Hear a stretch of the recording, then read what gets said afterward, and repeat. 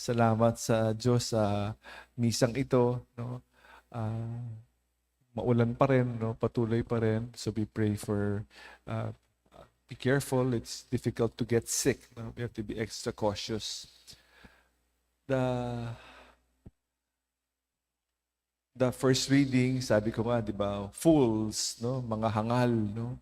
We are fools for Christ. Uh, Jesus is inviting us to get out of our comfort zone to go out into the deep, no? Magpalaot, no? It is a fool, no? Sabi ni, imagine ang mga ngisda, Peter, who was a fisherman, uh, was getting instruction from a carpenter.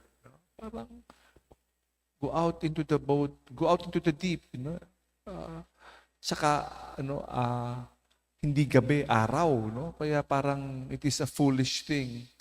There are many, many foolish things in life if we do it my way, no? It is not my way, no? Nung isang araw, sabi niya, what have you do for us, Jesus of Nazareth? Ayaw natin pinapakialaman tayo. Ayaw natin pinakikialaman. Pag hindi tayo pakialam, ako masusunod. But if you put it in the hands of God, it is marami tayong maarating way beyond our awareness if you put it in the hand of God. Ngayon, kapistahan ni Mother Teresa of Calcutta, no? Si Saint Teresa of Calcutta. She was called, no? Nagmadre siya. She went to the order of the Sisters of Loreto. Pumasok sa madre. Pero parang tinatawag siya, no? Sa ibang klaseng pamamaraan. So she left that. She went on the streets by herself. Kumuha siya isang bahay, no? Unti-unti. Tapos binuo niya yung Missionaries of Charity. She put it in the hands of God. Siya ang nagbahala. No? Yung ating patron, si San Antonio, di ba? Agustinian siya. Pero may tumatawag eh. Tapos naging Franciscano siya, di ba?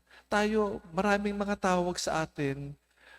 We are comfortable in where we are, but we have to go out of our comfort zone, go into the deep. Siya ang bahala. Siya ang mag-aalaga sa atin. And again, no, He will bring us to our dreams we never thought of possible. Kung ibigay natin sa kamay ng Diyos, out into the deep, we will reach our dreams. Kung sigurista, dito na lang tayo, no? Ayaw natin umalis sa ating comfort zone, hanggang diyan ka lang, hanggang dito lang tayo maaabot. But if we put it out into the deep, where God is calling us, wow, no? But it takes a lot of courage. It will take risk. But only this way can we put everything in the hands of God. May the good Lord help us today. We ask Mother or Saint Teresa of Calcutta to help us achieve this.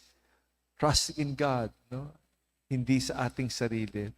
Salamat sa paalala sa atin sa araw na ito.